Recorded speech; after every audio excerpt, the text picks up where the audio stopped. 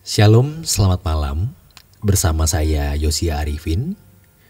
Renungan pada malam hari ini dari Pendeta Dr. Erastus Sabdono yang berjudul Yang Terbaik. Satu dari 3 pencobaan yang dialami oleh Tuhan Yesus dari iblis adalah ketika iblis membawa Yesus ke kota suci dan menempatkan dia di bumbungan bait Allah. Iblis berkata kepadanya, "Jika engkau anak Allah, jatuhkan dirimu ke bawah, sebab ada tertulis, mengenai engkau ia akan memerintahkan malaikat-malaikatnya dan mereka akan menantang engkau di atas tangannya, supaya kakimu jangan terantuk ke batu." Yesus berkata kepada iblis, "Ada pula tertulis, janganlah engkau mencobai Tuhan Allahmu."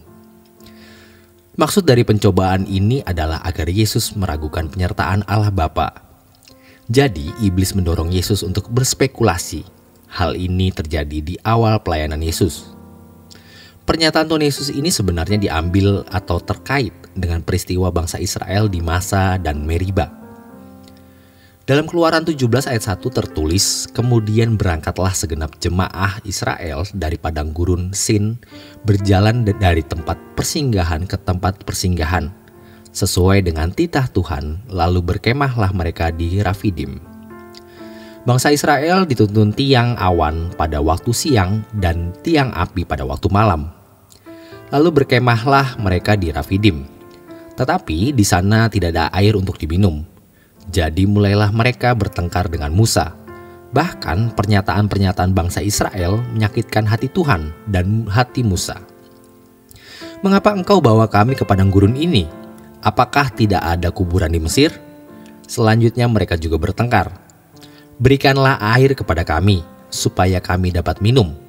Tetapi Musa berkata kepada mereka, "Mengapakah kamu bertengkar dengan aku? Mengapakah kamu mencobai Tuhan?" Ada kata mencobai Tuhan. Kata mencobai artinya meragukan kasih, kehadiran, pemeliharaan Allah, serta penyertaannya. Padahal mereka sudah menyaksikan dan mengalami sendiri bagaimana Tuhan memberikan tulah kepada bangsa Mesir. Mereka menyaksikan bagaimana laut terbelah.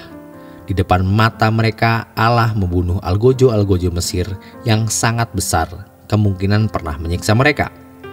Sekarang mereka mau melempari Musa dengan batu. Memang kalau kita membaca Alkitab, bangsa itu keras kepala, tegar tengkuk, sehingga sebagian besar mereka mati di padang gurun, tidak sampai ke tanah Kanaan. Selanjutnya berfirmanlah Tuhan kepada Musa, "Berjalanlah di depan bangsa itu dan bawalah beserta engkau beberapa orang dari antara para tua-tua Israel. Bawalah juga di tanganmu tongkatmu yang kupakai memukul sungai Nil dan pergilah. Maka aku akan berdiri di sana di depanmu di atas gunung batu di Horeb. Haruslah kau pikul gunung batu itu dan dari dalamnya akan keluar air, sehingga bangsa itu dapat minum." Demikianlah diperbuat Musa di depan mata tua-tua Israel. Dinamainya tempat itu di Masa dan di Meriba. Oleh karena orang Israel telah bertengkar dan oleh karena mereka telah mencobai Tuhan dengan mengatakan, "Adakah Tuhan di tengah-tengah kita atau tidak?" Allah tidak pernah berubah.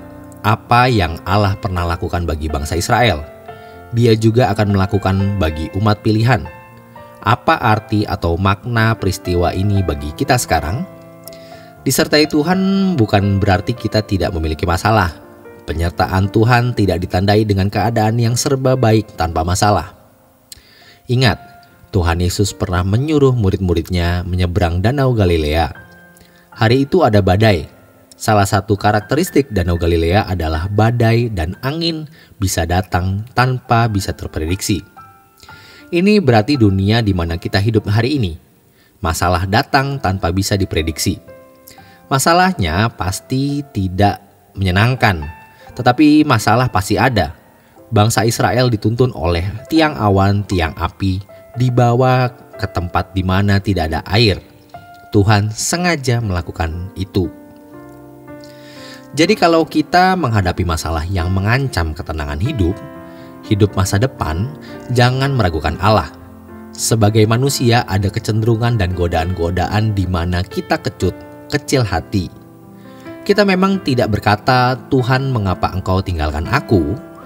Memang kita tidak marah secara langsung kepada Tuhan, tetapi sikap kita terhadap orang di sekitar kita, sikap kita terhadap keadaan itu mengisyaratkan kita merasa ditinggalkan Tuhan.